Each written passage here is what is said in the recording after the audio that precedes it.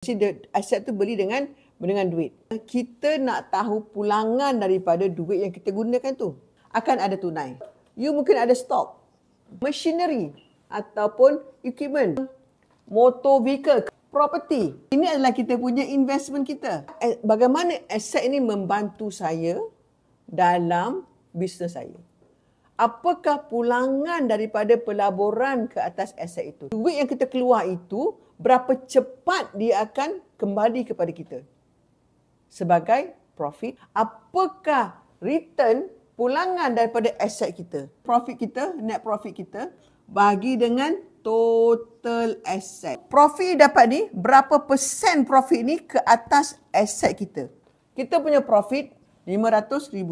Aset kita total dia ialah 10 juta. Return on asset kita 500,000 bagi 10 juta, 5%. Ada senario profit dia 200,000. Tapi aset dia rendah juga.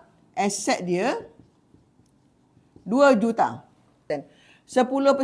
Yang ini aset dia lebih produktif, lebih efisien, lebih produktif kepada bisnes kita. Kalau you ada aset besar banyak pun dalam balance sheet tapi tidak produktif, tidak efisien.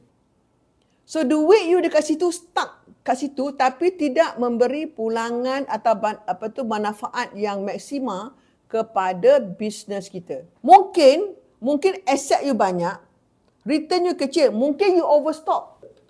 You ada so much of tunai, tapi tunai you tak memberi pulangan.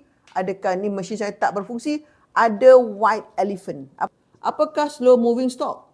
Mesin yang tak guna, yang tak diguna. Mungkin sebab margin kita rendah.